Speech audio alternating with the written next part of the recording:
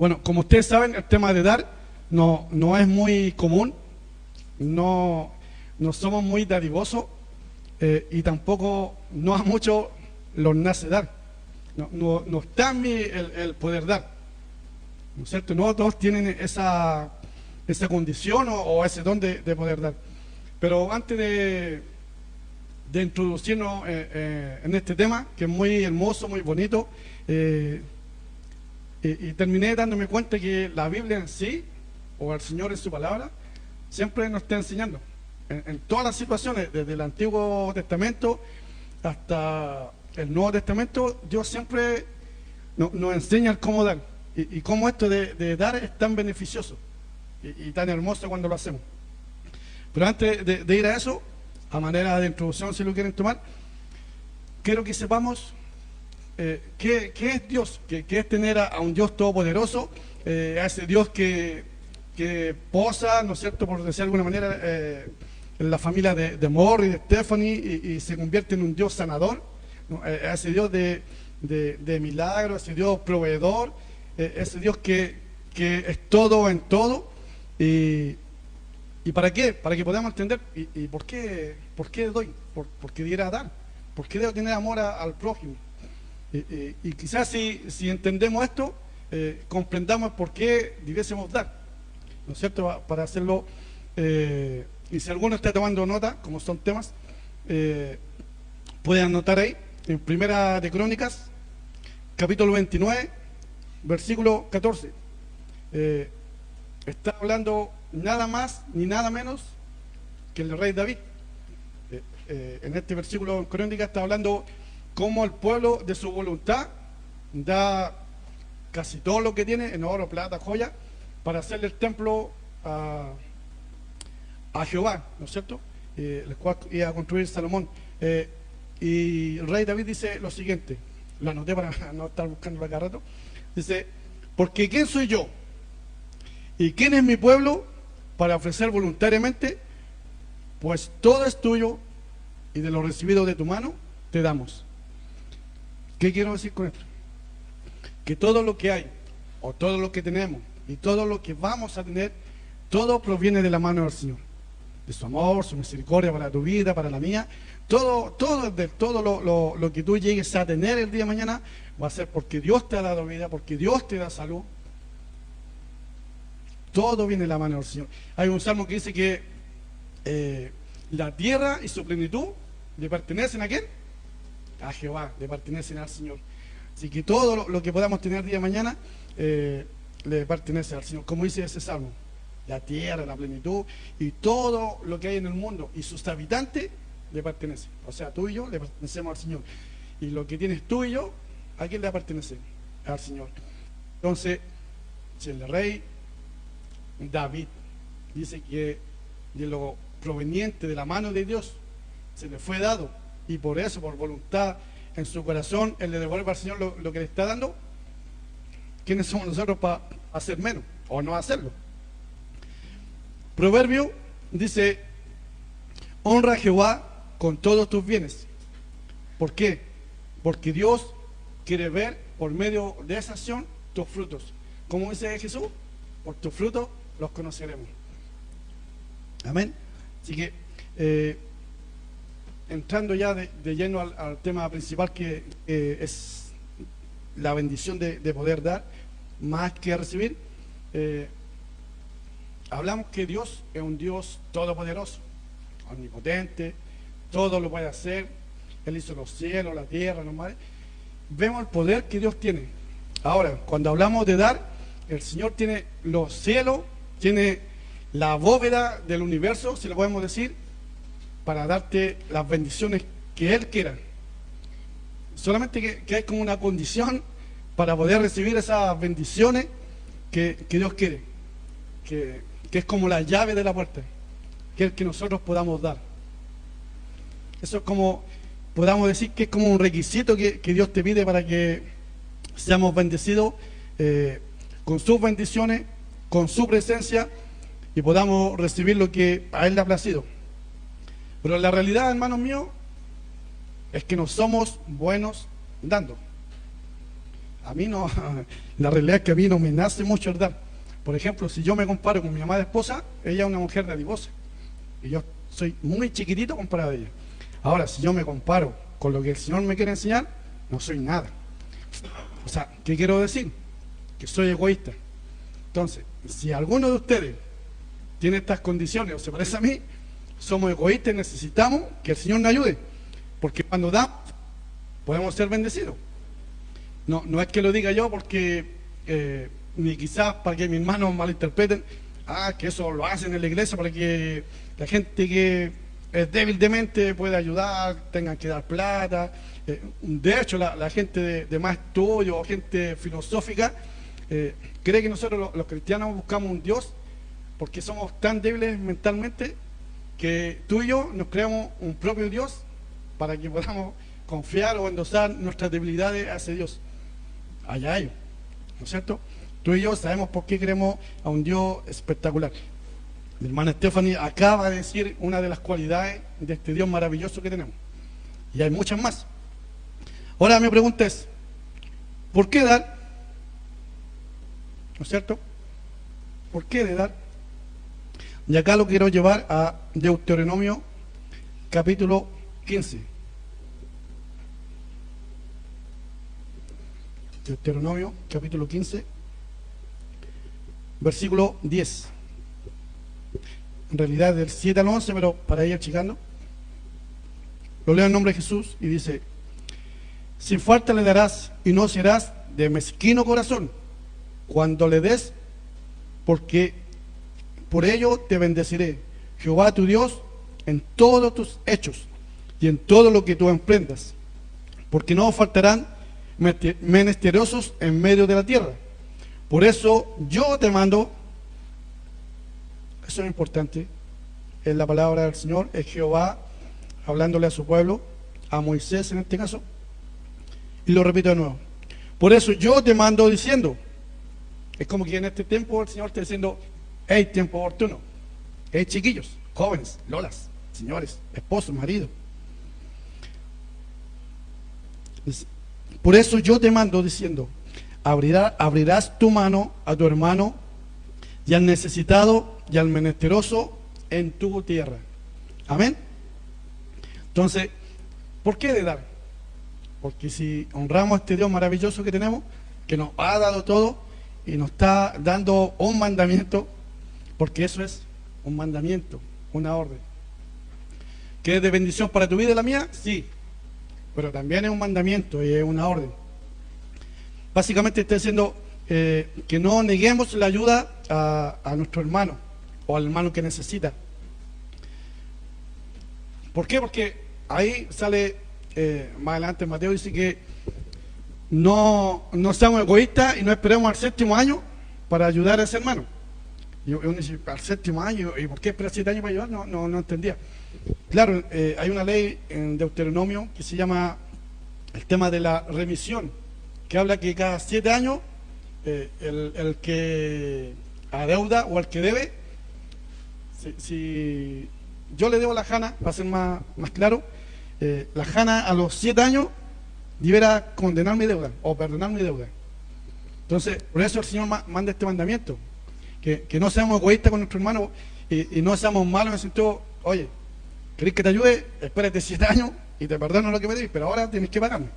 Entonces, por eso el Señor nos enseña que no seamos egoístas, que podamos abrir nuestras manos a quienes necesitan.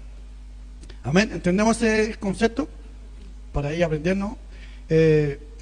Cuando damos, estamos siendo obedientes a lo que Dios nos manda. Es como un requisito básico de un creyente, de un hijo del Señor. Estamos siendo obedientes a Él y a su palabra. Pero una cosa es dar por obediencia, por obligación, y una es dar por amor. Son cosas muy diferentes. Entonces, ¿cuál es la condición o ustedes creen que debiésemos dar? ¿Solamente porque hay una orden? ¿Hay un mandato? ¿Tengo que ser como una obligación de dar porque se me está mandando? Eso es lo que el Señor quiere que evitemos. El que podamos dar solamente por dar o cumplir. El Señor quiere que el que podamos dar sea una bendición para nosotros mismos. Cuando damos, ciertamente bendecimos al que le estamos dando, pero la bendición mayor es para el que está dando. Y puede sonar como muy, muy difícil, un trabalengua, pero a medida que vamos estudiando la palabra del Señor, lo vamos a ir entendiendo. Mateo dice que por la gracia que el Señor nos ha dado, nosotros debiéramos compartir de la gracia que el Señor nos ha dado. Por gracia somos bendecidos, por gracia debemos bendecir. Amén. Ahora, una de las cosas que estaba yo hablando en la introducción, dice, ¿por qué dar es mejor que recibir? Yo cuando preparaba esto y anotaba y leía la Biblia, por eso decía que al final de toda la Biblia, o los ejemplos, básicamente está hablando de lo que Dios nos da, y que siempre Dios nos está dando. Que a veces nos miramos de una situación o de frente a la brea, es otra cosa, pero Dios siempre nos está dando. Entonces, una de las preguntas que les preguntaba yo a mis compañeros, decía, ¿a ti te gusta más dar o recibir? Y les pregunto a ustedes, ¿les gusta más dar o recibir?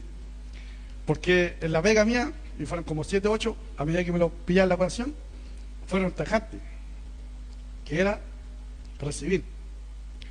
Y uno que otro por ahí me dijo, depende.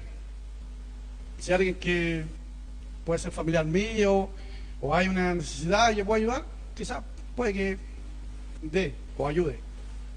Pero básicamente todos querían más recibir que dar. Y dentro de la lista estaba yo ahí, de los primeros. Me gusta más recibir que dar.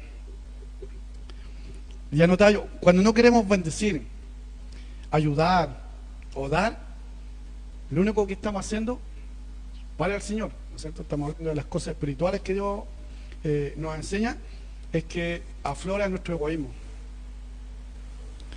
Y al aflorar nuestro egoísmo, aflora también la carnalidad que somos, la poca fe que podamos tener. ¿Por qué tiene que ir la fe con dar? Sí, porque muchas veces, si hay una necesidad, o hay que ayudar en la obra, ni hablar el tema del diezmo, ofrenda, y vemos nuestra liquidación o nuestro bolsillo, es que si doy no me va a alcanzar.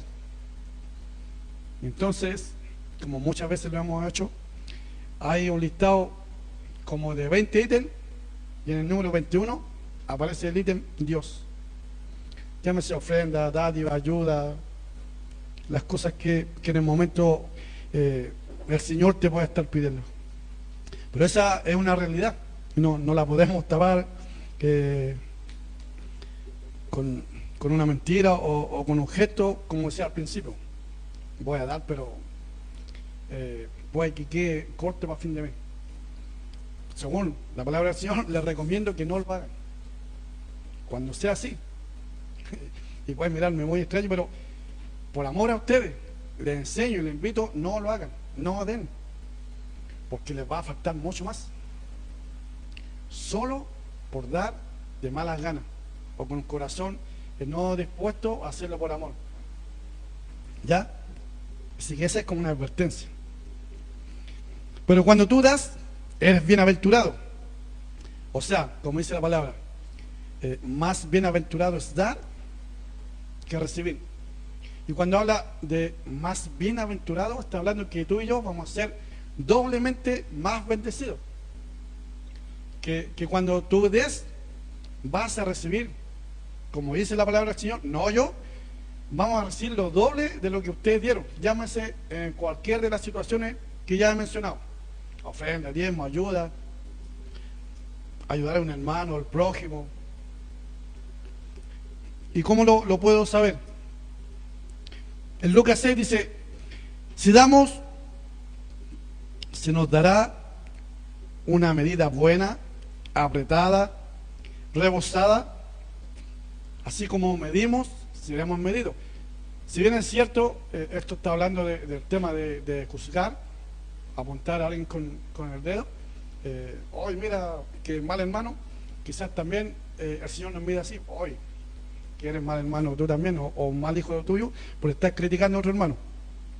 Si bien es cierto, habla sobre ese punto, pero en ese tiempo también cuando alguien iba a pagar, pagaba como con sacos de harina, entonces le iban pegando para que quedara apretada, la palabra dice que queda rebosando, o sea, más allá de lo... Entonces, cuando el Señor quiere darte más allá de lo que nosotros podemos recibir, o de lo que nosotros pensamos. Como decía mi hermana Stephanie, no podía tener familia y el Señor les bendijo con el hermoso niño. Pero aún fue mayor su bendición cuando el Señor le sanó a ese mismo hijo.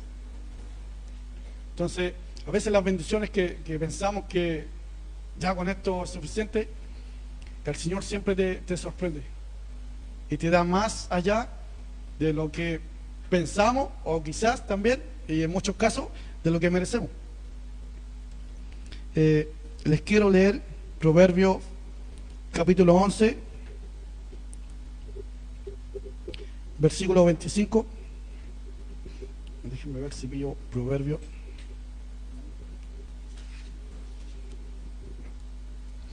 Lo pillé.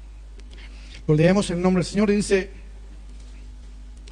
el alma generosa será prosperada, y el que saciare, él también será saciado. Al que acapara, el que acapara el grano, el pueblo lo maldecirá. Para redondear con la palabra del Señor, para que digan: no voy a escuchar al puro hermano. Ahora, todo lo que he dicho, lo quiero que ustedes lo vean, cómo el Señor comprueba lo que le acabo de decir. Y está en el versículo anterior, dice: hay quienes reparten y les es añadido. En el buen chileno, los hermanos que dan, el Señor le va a dar más. ¿Ya? Y prosigue: y hay quienes retienen más de lo que es justo, pero luego viene la pobreza. Y antes yo le decía, a veces si tú vas a dar con un corazón egoísta o piensas que te va a faltar, por eso decía yo, mejor no den, por el propio bien de ustedes, hermanos míos, porque el Señor se va a encargar que quizás le falte más. Y lo dice la palabra, no lo estoy inventando yo. Así que en ese sentido necesitamos que el Señor nos ayude, que el Señor vaya guiando nuestros pasos. Y una de las historias, y que a lo mejor la hemos escuchado muchas veces y la hemos visto, de hecho vi la película, leí la Biblia 1 y 2 veces, y el Señor siempre como que me iba hablando más. Pero como este tema se llama del dar, no solamente cuando hablamos de poder dar, tiene referencia con lo económico, con la plata que siempre están pidiendo, sino también tiene que con poder hacer el bien, con poder dar de tu tiempo, con poder dar quizás el poder escuchar a un compañero, a una compañera. El dar tiene que ver con que tú le puedas hablar a alguien que lo esté pasando mal. El dar tiene que ver quizás con tener paciencia. Nuestras profesoras, nuestras tías, los papás, los hijos. Quizás dar para el Señor tiene que ver con que podamos tener paciencia a un hijo o una hija, o viceversa. A los papás, ahí está la Anita haciendo así. El dar tiene que ver con quizás la cortesía. Siempre nos enfocamos en la economía, en el diezmo, pero dar es una palabra que abarca mucho. En verdad, yo buscaba situaciones que nos enseñaran a poder dar, y como decía al principio, la Biblia toda me decía, esto también es dar. Entonces, en un momento yo le dije: Señor, pero se me está abriendo mucho el abanico, necesito concentrarme en algo para poder dar la predicación, porque a la vez yo soy desordenado y me expando mucho y necesito guiarme, ¿no es cierto? Y puse introducción, puse el desarrollo, conclusión, pero esto es lo que soy, esto es lo que el Señor me lleva a hacer. Yo trato de evitarlo. He dicho 2 cosas de todo lo que tengo anotado, y lo demás es lo que el Señor ha ido poniendo en mí. Y dar algo a alguien es darlo sin esperar nada a cambio. Y cuando yo anotaba esto, decía, esto me suena como a Romanos 5:8, que dice que Dios, como que aún sabiendo que éramos pecadores, Él aún sabiendo que yo, Cristian Uñate, el hermano X que esté escuchando, iba a fallarle a Dios, y Él aún sabiendo eso, dijo, igual quiero morir por Él, igual lo voy a hacer. Entonces es como que dar algo sin recibir nada a cambio me hace como juego a lo que Jesús hizo. El poder dar es como, y lo acabo de decir, como la dádiva misma que Dios tuvo al morir por mis pecados y tus pecados.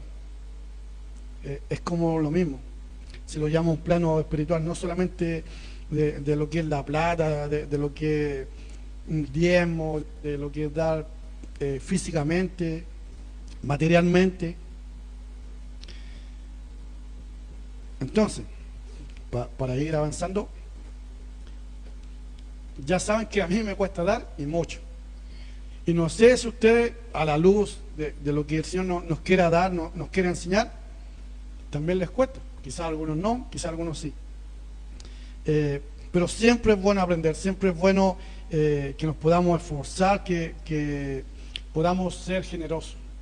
Ese es lo primordial, que podamos ser como Santiago dice, que tenemos un Dios generoso, que de todas las dádivas provienen de Él. Y ahí necesitamos un cambio, o necesita un cambio. Cuando pedimos oración, pedimos favor al Señor, ojalá que tu dar tenga la misma altura de que nosotros pedimos a Dios. Un ejemplo, y puede ser como muy material, pero en la práctica se da mucho. Muchas veces, Señor, dame un hogar, dame una casa, o dame un auto. Y hemos escuchado muchas veces que el Señor muchas veces ha dado esa bendición, y se ha dado un auto. Muchas veces los hermanos teniendo un auto después vienen menos a la iglesia que cuando no lo tenían. ¿Por qué? Porque disfrutan del auto con las vacaciones o con salida. Entonces, cuando pedimos de tal manera una bendición de Dios, el dar de uno, el dar tuyo, el mío, también llega a tener como la misma magnitud. O sea, si quieres que el Señor te bendiga con tales cosas, también tu ayuda al prójimo también deberá tener la misma magnitud, con la misma grandeza. Que es difícil, les digo, es muy difícil. Vamos a entrar en una de las historias que la Biblia nos tiene dado, que se encuentra ahí en Marcos capítulo 12, que habla de la viuda y las dos monedas. La historia cuenta que cuando Jesús fue al tabernáculo y quiso ver cómo el pueblo le daba al Señor lo que le corresponde, diezmo, ofrenda, primicia, llámese esto tabernáculo donde echaban la ofrenda en esa época. Y aprendí leyendo un libro que en esa época de Jesús habían tres formas de tabernáculo o donde poder echar el diezmo, que más o menos se dividía entre las personas ricas de la sociedad, clase media, podemos decir, igual que hoy, los ricos, clase media, y los más necesitados. Y en uno de esos baúles o tabernáculo para la ofrenda tenía como forma de un embudo que era metálico, y ahí estaba la caja abajo. La gente que más tenía plata, acordémonos que no solamente era plata, podía ser harina, carne, vaca, todo, entonces lo cambiaban por monedas, y mientras más monedas tenían, era mejor para ellos, que cuando le echaban ahí, como ese embudo, que era metálico, sonaba más. Entonces toda la gente ponía atención, que echó mucha ofrenda, mucho... y por eso Jesús le decía a los fariseos que eran hipócritas, ¿no es cierto? Y que enseñaba que tu mano derecha no sepa lo que tu mano izquierda hace. Pero los fariseos eran así. Pero en ese mirar, cuando veía que todos echaban mucho, viene una viuda y solamente echó 2 monedas. Pero Jesús dice, o le enseña a los discípulos, miren, esa viuda echó 2 monedas, pero echó más que todos. Y yo pienso que ahí los discípulos, Jesús, de matemática, como que no está muy bien, porque echó 2 moneditas y el de allá echó un saco de monedas. Pero Jesús les dice, pero ellos echaron más, sí, ciertamente, pero echaron de lo que les sobraba. Pero ella echó todo lo que tenía. Echó lo que era quizás para su comida, para su once, para su familia. Ella lo echó todo. Yo le buscaba la parte de eso que enseña el tema del diezmo, la ofrenda, pero quería ir más allá. Y en un momento dije, ¿y por qué Jesús está mirando eso? Jesús no es un Dios materialista, el Hijo de Dios lo tiene todo, ¿no? Pero aprendí algo. Que si Jesús estuvo atento, es porque Jesús está atento a tu diezmo, pero cómo está el corazón tuyo cuando lo das. No en vano el Señor puso a esta viuda como ejemplo. Y muchas veces lo vemos en el ámbito materialista, pero el Señor quiere enfocarse en cómo está tu corazón, igual que el de la viuda o el de los fariseos. Es importante porque Dios, cuando vio a esta mujer echar la moneda, Jesús nos dijo, oye, mira, esta viuda echó hartas monedas. Jesús nos dijo, esta viuda, podemos decir que echó más que los fariseos, más que los republicanos. Oye, mira, esta viuda que no tiene ni para comer está dando. Jesús no dijo ni una de esas cosas. Jesús dijo que esta viuda echó más que los demás. Echó más que los demás. Por eso digo, si Jesús estaba atento a eso, es porque Él está viendo cómo está el corazón, cómo ofrenda tu corazón, que tiene relevancia con lo que decía yo al principio. Si vas a dar y te duele, mejor no lo hagas. Mejor no lo hagas. Entonces, mis hermanos, no es cuánto tú tienes, no es cuánto tú tienes en tu billetera, en tu cuenta corriente, sino que es cuánto tú tienes en tu corazón, el poder dar. ¿Cuánto hay de eso, de esa dádiva que Dios te ha dado en tu persona, en tu corazón, en tus pensamientos? Como dice Romano, según lo que damos, es lo que recibimos. Y es mucho lo que me queda, así que algún día vamos a dar la parte B. Pero para ir terminando, solamente una de las historias que más me gustó, que está ahí en Primera de Reyes, que habla del profeta Elías cuando bendice a la viuda.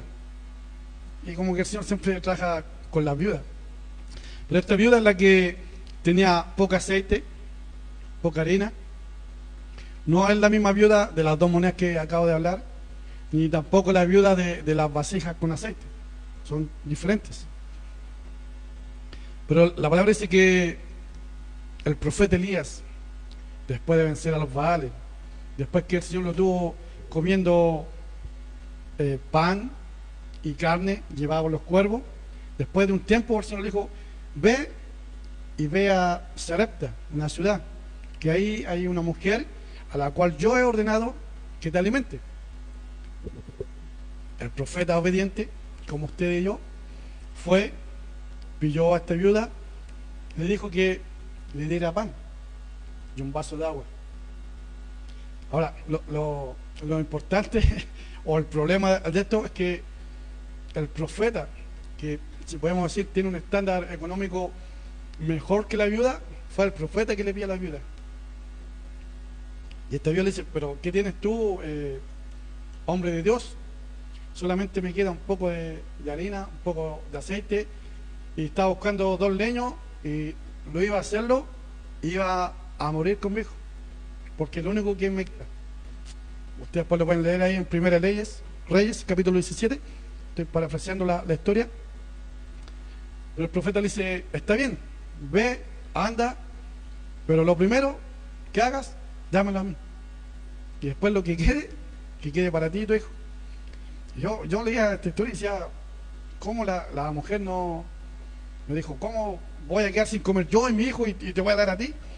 Entonces también hay un poco de fe. A veces debemos tener fe aún en nuestras peores condiciones. A veces debemos dar cuando no tenemos.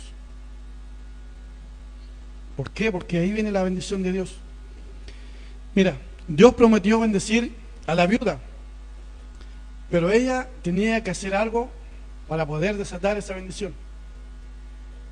Muchas veces tú y yo necesitamos una bendición de Dios, pero muchas veces el Señor te va a pedir algo para que tú puedas tener la llave, como decíamos al principio, para abrir esa puerta de bendición que Dios tiene preparada para ti. Amén. Ahora, ella tenía que hacer algo para desatar esa bendición del Señor y tenía que hacer una decisión: dar o no dar. Estamos hablando de una mujer que no era judía, o sea, no conocía de Jehová. Si en su tierra también tenía profeta y todo eso, pero cuando escuchó estas palabras del profeta Elías, ella tuvo que tomar una decisión.